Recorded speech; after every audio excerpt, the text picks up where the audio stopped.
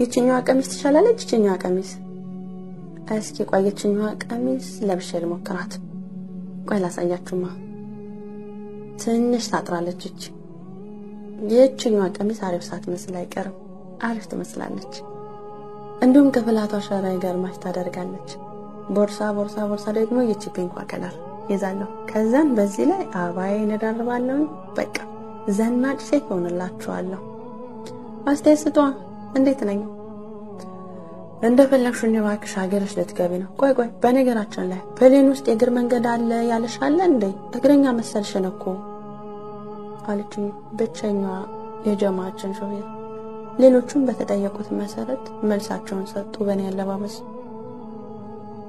ከሀገሬ ከወጣው በ9 አመት ከመናመኔ ዛሬ ቆርጥቀው ወደ ሀገሬ ልሄድ ነው ብዙ ቀን ሀገር ቤት ለመግባት ልቤ ቢነሳም መላው አካሌ መች እንደ ልቤ ታዛዡ ነው ያውቀና ለነገሩ በስደት ያሳለፍኩ 9 አመት ብቻ አይደለም ይህ የኖርኩበት ነው የባከነው ግን ቁጥር ውስጥ አልገባም እድሜ ላይ እንጂ ይህ ሁሉ አመት ስኖር ግን የተረፈኝ ነገር ቢኖር ጥሩ ጓደኞችና ጥሩ ልብሶች ከዚህ ሌላ ግን ምንም እንደሌለኝ ነው ማቀው አገር ቤት ያለ ሰው ግን ደስ ወዳለው ያስባል እንደፈለገው ለነገሩ እንደፈለገው ማሰብ መብቱ ነው እንደውም ትዝለኛል የዛሬ 3 አመት ለመጣ ነው በየ በነግራቸው እናቴ ብቻ ነበረች ግብግብ ብላ ልጄ ነይልኝ አለችኝ ታናሼ ታላቄ ወንድሜ እህቴ ጎረቤቴ ሰፈር ሰው አረስንቱ እየደወሉ ሄሎ ሰሞኑ አዲስ የወረደው ላፕቶፕ ይዘሽልኝ ነይ ሄሎ ጋላክሲ ሞባይል ይዘሽልኝ ነይ ሄሎ ሰሞኑ ቲቪ ላይ የሚያስተዋውቁትን ሞባይል ገበያ ላይ ከዋለ ይዘሽው ነይ ካልዋለ ደግሞ እንድልኩልሽ ቀብድ ከፍለሽበት ነይ በዚህ አላበቃም ይሄ ሁሉ የሚጣራው እንኳን ኤሌክትሮኒክ እኔ እንኳን በቅጡ አላውቃቸውም እኔ እንኳን መጠቀመው የዛሬ ስንት አመት መዳሜ በስጦታ የገዛችልኝ ሞባይል ነው በዚህ የተነሳ 3ቱንም አመት እዚሁ ስደት ላይ ያሳለፍኩት አሁን ግን እመጣለሁ አልመጣም የለም መሄዴን የሚያውቁት ጓደኞቼ ብቻ ናቸው ማቄን ጓዜን ጨርቄን ጠቅልዬ ዳግም ወደ ስደት ላልመለስ ብዬ ለወጣ ነው ዛሬ ለሊት ዛሬ የሚሄደው ከጓደኞቼ ጋር ባወጣነው እቅድ መሰረት ነው ይሄው 3 አመት ሆነ ይሄንን እቅድ ካወጣን ሁለቱ ጓደኞቼ እዛው ሀገር ቤት ሞቅ ያለ ስራ ጀምረዋል እኔና ሁለት ጓደኞቼ ቀርተናል እኔ ደግሞ ዛሬ ልሄድ ነው እንደዚህ ያለን ነው እየሄድን ያለነው እኛም ባንነበት ስደት ላይ ከጓደኞቼ ጋር የተዋወቁት ስደት ላይ ነው ሁለቱ ክርስቲያኖች ናቸው ሶስታችን ደግሞ ሙስሊሞች ነን አቤት ፍቅራችን ሁላችንም ጋር ያለው ነገር አንድ አይነት ነው ሁለቱ ስደት ላይ ያሉ እህቶቼ እንደዚህ ቢያደርጉ እንላለን አንዳንዴ ከዛ ስደት እሱ ሳይሆን እኛ እናሸንፈው ነበር አሁን የመብረሪያ ሰዓት ስለደረሰ ብቸኛዋ የግሩፓችን ሾፌር መኪናዋን ይዛት በራችን ላይ ከች ብላለች ሁላችንም ተሳፋሪ ይመስል ምን የሚያካክል ሻንጣ እየጎተትን ይዘን ወጣን ወደ ተባለ መሳፈሪያ ደረስን ተላቅሰን ተሸኛኘን እዛ ያሉት ሁለት ጓደኞቼ ደግሞ እየጠበቁኝ ነው ይሄው አልহামዱሊላህ በስንት አመቴ አገሬ ላይት ነው አንዳንድ ጊዜ ሰው ከሚያወራለን ይልቅ ቀርቦ ማየትን የተሻለ ነገር የለም አገሬ እንዳልጠበቅኳት ናት ከጓደኞቼም ጋር ተገናኘሁ እኔ እዛ ስለቆየው ነው መሰል እንኳን ሰው ቋንቋው እንኳን ለመግባባት ይከብዳል የድሮ ጓደኞቼም ቢባሉ ሁሉም አግብተው ወልደው ብቻ ሁላቸውም ቦታቸውን ይዘዋል እኔ ነኝ እንጂ ምስኪን ከርታታ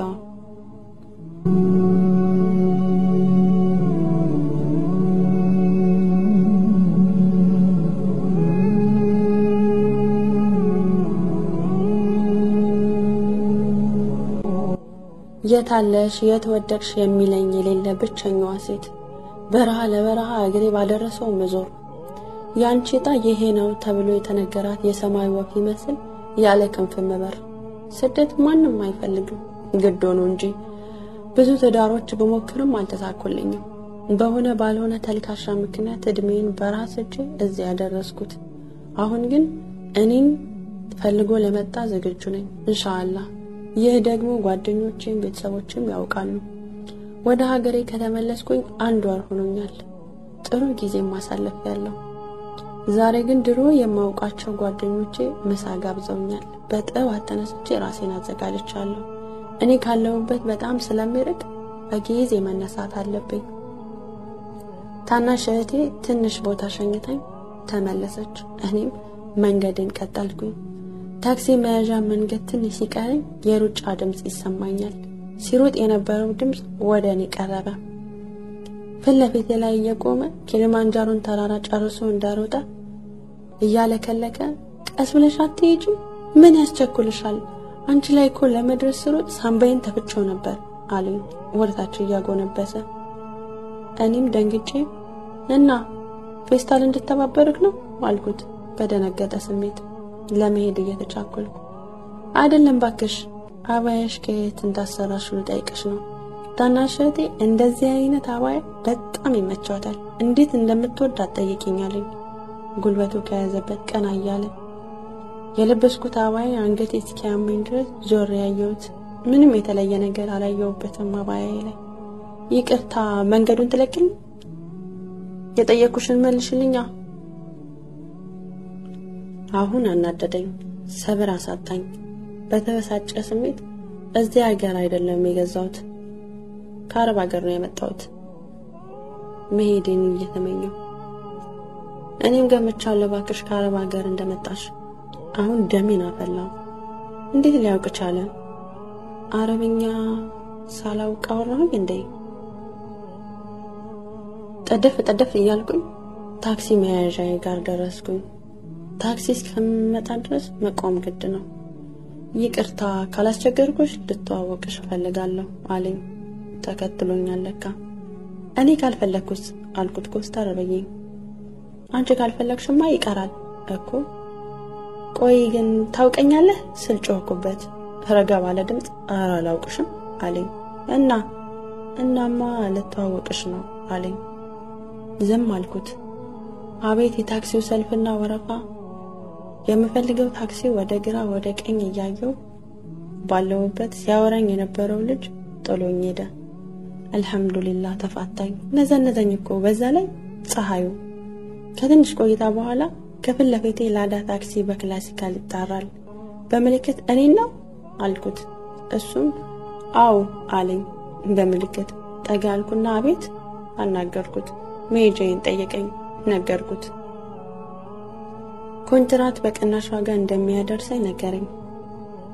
ልግባ እያልኩ ባማታም መቆሙ ስለደከመኝ አላህን ተወክዬ ገባሁኝ። የጓደኞቼንም ቤት አደረሰኝ። መውረጃዬን ሳውቅ ሂሳብ ልከፍል ቦርሳዬን ስከፍት ሂሳብ እንደተከፈለልኝ ነገረኝ። ተነገጥኩኝ። ማን ሊሆን ይችላል? ማንነቱን ግን ሊነግረኝ አልፈለገም። በቃ አመስግንልኝሽ በየው ወደ ጓደኞቼ ጋር ሄድኩኝ። ከጓደኞቼ ጋር ተዝናንቼ ግብዣዬንም ጨርሼ ልክ 11 ሰዓት ላይ ከቤቱ ስወጣ ቀን ላይ ያመጣኝ ታክሲ ከበሩ ትንሽ ራቅ ብሎ ቆሟል። መውጣቴን ሲያውቅ የተጠራ ይመስል መጣና ፊት ለፊቴ ቆመ። አልሄድም ብዬ ብዙ ተከራከርኩት። በክርክሩ ተሸንፌ ገባሁ። በቤት በራችን ላይ ጥሎኝ ሄደ። ከሄደበት ተመልሶ የሆነበት ለተሄጂ ብትፈልጊ በዚህ ስልክ ጥሪኝ፣ ኮንትራት ስለምሰራ ታገኘኛለሽ ብሎኝ በወረቀት የተጠቀለለ ስልክ ቁጥር ሰጥቶኝ ሄደ። ይህ በሆነ በሳምንቱ ከእናቴ ከእህቴ ጋር ዘመድ ጥየቃ ወደ አንድ ቦታ ልንሄድ አሰብን። በተሰጠኝ ስልክ ቁጥርም ደወልኩበት። በደወልኩበት ፍጥነት ነበር የመጣው። እኛም ተያይዘን ወጣን። የታክሲ ሹፌር ያንዛዛኝ የነበረው ልጅ ነው። ይሄ ልጅ ከኔ ምን ፈልጎ ነው አልኩኝ ለራሴ። እኔም እማዬ አጠገቤ ላይ ስለነበረች ደገምኩም አልተናገርኩም። ዝም። እማዬ ግን ልክ እንደ እናቱ ሲያወራት እየተንከባከበ ከተባለ ቦታ አደረሰን። ዋጋው ዛሬም አልተተመነም። ወስዶ መለሰን። አላህ ይስጥልን። እማዬ ደግሞ ድፍረቷ ታክሲ በፈለገች ቁጥር ጠሪው ትለኛለች። እጠራው እሱ እንደው እንኳን ይሄ አግኝቶ አይደለም እንዲሁ መቅረብ ይፈልጋል። ማንነቱን ሳታውቅ ታቀርበው። እማዬ ለወደደችው የሆነ ሆነና ብዙ ወራቶች በዚህ አይነት አለፉ። ከቤተሰብ ከሁሉም ተግባባ። አንድ ቀን እኔን ማግባት እንደሚፈልግ ነገረኝ። ለቤትም ጠየቀ። ቀድሞ የጠየቀው እማዬን ነበር። እማዬ ለወደደችው አልነገርኳችሁ ሁሉም ነገር አስተካከለችለት። እኛም ልክ በተዋወቅን በአመታችን ኒካህ አደረግን። ልክ ኒካህ ባደረግን በሳምንቱ እውነቱ ነገረኝ። ለካሱ የታክሲ ሹፌር አይደለም፣ እኔን ለማግኘት ሲል ነው የታክሲ ሹፌር የሆነው። እናትም አባትም የለውም። 2 ወንድሞች አሉት። ከወንድሞቹ ጋር ነው አብሮ የሚኖረው፣ ከወንድሞቹ ጋር ነው አብሮ የሚሰራው። ለካ እማዬን እንደዚህ አድርጎ የሚንከባከባት እናት ስለሌለው ነው። ይህ የሆነው ሰርጋችን 1 ወር ሲቀረው ነው። አሳዘነኝ፣ በጣም አሳዘነኝ። ሰርጉንም ሰረዝኩት።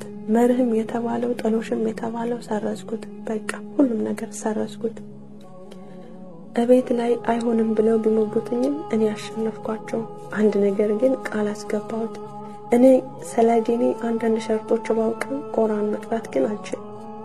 መርሄ 30 ጁዝ ቁርአን እንዲሰጠኝና ቁርአን በደንብ አድርጎ ቀስ በቀስ እንዲያስቀራኝ ነገርኩት። እሱም ተስማማ። ነገሮች ሁሉ እኛ ካቀለልናቸው ይቀላሉ፣ ካከበድናቸው ደግሞ ይከብዳሉ። ከእናቴ ሰፈር ትንሽ ራቅ ብለን አብረን መኖር ጀመርን። ስትፈልግ ያጣው ጊዜውን ጠብቆ ሊፈልግህ ይመጣል ያለው ማን ነበረ? ይሄው መፈልገው አይነት ባልሰጠኝ ማንንም ባያይብኝ ደስተኛ ነኝ። ምንም ባይኖርን ደስ የሚል ህይወት መኖር ጀመርን። ሁሌም ከሥራ ሲመለስ ቁርአን ያስቀራኛል። እሱ ማሻአላህ ነው። ቁርአንን በደንብ ነው መቅራት የሚችለው። ጓደኞቼን ጨምሮ የሰፈሩ ጎረቤት ሳይቀር ይቀኑብናል። ዛሬ ከውዱ ባለቤቴ ጋር ከተጋባን 1 አመት ከ6 ወር ሆነን። እኔም እሱም ልጅ መውለድ ስለምንፈልግ የ7 ወር ልጅ ሆዴ ውስጥ ላይ አለ። እኔን የሚያስደስተኝ ነገር ሁሉ ሊያደርግልኝ የማይፈነቅለው ነገር የለም። አላህ በጥበቡ መርቆ ይህ ላንቺ ነው ብሎ የሰጠኝ ውዱ ባለቤቴ ካላህ የተሰጠኝ ስጦታ። ስለሁሉም ነገር አልহামዱሊላህ አላህን አመሰግናለሁ። ለሁሉም ጓደኞቼ እንደዚህ አይነት የኔ አይነት ባል እንዲሰጣቸው ዱአ አደርግላቸዋለሁ።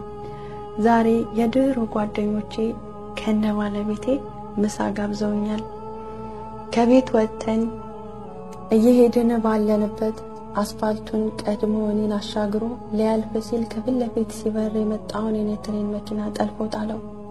ኢነ ሊላሂ ወኢና ኢለይሂ ራጂዑን።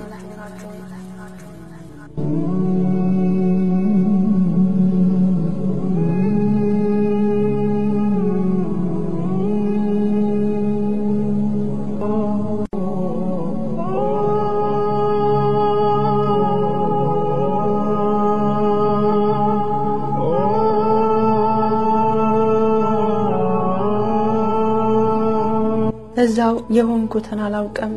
ባለቤቴ ህይወቱ አልፏል። አላህ ይርሐመው። ያሰብነው ነገር ሁሉ ውሃ በላው። አላህ እሱን የሰጠኝ እኔን ሊፈትነኝ ነበር ማለት ነው። እሱም ይሰጠናል፣ እሱም ይቀማናል። ሊያዩ የሚጓጓለት ልጅ በአይኑ ሳይ ቀኑ ጨለማ ለበሰ። ይህ ነው ያላህ ስራ። ፍቅራችን አጣጥመን ሳንጨርስ ከውዱ ባለቤቴ ጋር የተረፈኝ ነገር ቢኖር ትዝታው ብቻ ነው። ዛሬ ባለቤቴ በህይወት ካጣሁት 4 ወር ሆነው።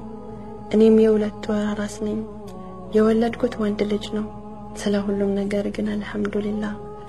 ባለቤቴም አላህ ይርሐመው እኔን ለማግኘት እንደዛ ተቸግሮ ነበር። ዛሬ ግን እኔ እሱን ሳጣ በህይወቴ የማረሳው